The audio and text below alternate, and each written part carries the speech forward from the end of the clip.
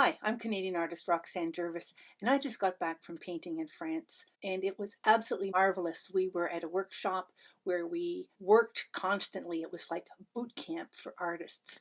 One of the days that we were there, we were at the Banon market where all of the local farmers brought in their produce, and we were challenged to try and do something totally different with what normally people would expect from a market painting. So this is what I did.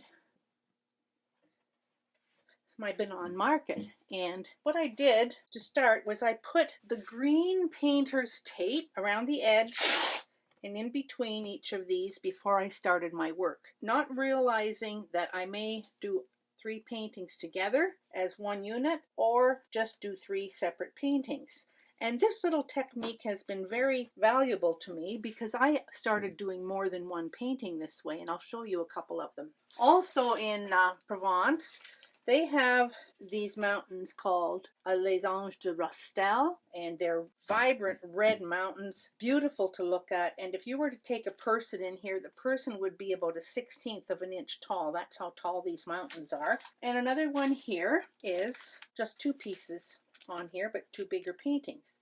So this is a new concept I've been working with. You can actually try it out yourself. See if you like it. I think that when it gets framed, it will be quite an effective look. With this one, I was really at a quandary as to how to frame this because I started with the vegetables and everything and the fruit with the market, and then the abstracted version of what it was as it came down. Then I started looking at it and I thought, oh, that looks like a house. Well, maybe somebody would like to hang it that way.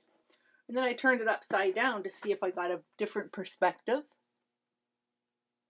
And again, you can see whether or not that would be pleasing to you. Or upside down.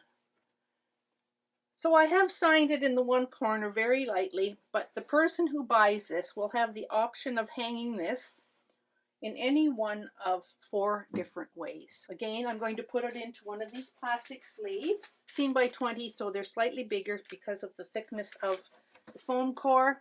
I have the title on the back. That's all there is to it. So try taking a sheet of canvas, break it off into smaller sections, and play around with it. One of the things I did forget to mention is when you put your painting into the sleeve, you will notice that there is a nice flap on here. And you want to make sure that when you put your painting in the sleeve, that the flap is on the back by the time you're done, because nothing more frustrating is when you get this on and you've got the flap on the wrong side, and then you will end up seeing this crease right through your painting.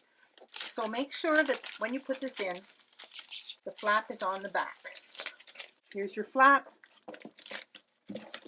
And then the flap would go down that way. So I'd like to thank you again for watching my videos. Really do appreciate those people who subscribe and share with their friends. Hope you like what we're doing. Have a great day. Bye.